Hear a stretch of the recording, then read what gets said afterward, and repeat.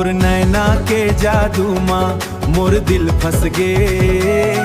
तोर मीठ मीठ बाती माँ जिउरा हंस गे रे। तैं हंस दे बे एक बेर दुनिया भुला दे हूँ। तोर संग जिंदगी भर माया निभा दे हूँ। पहली नजर माँ का होगे मोला, धक धक कर थे अब दिल मोरा। गली गली खोजत हम तोला, सपना में रोज दिखे चेहरा तोरा। चांद घलो फिका लागे तोर मुस्कान गे। तोर बिना ये जियरा एक पल घलो नहीं लागे। तोर नैना के जादू माँ मोर दिल फंस गे।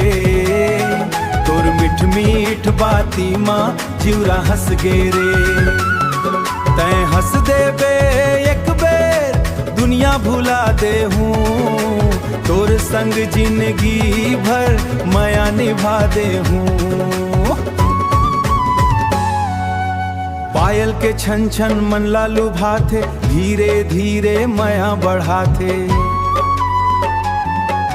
हाथ में हाथ धर के संगी सपना के दुनिया सजाथे।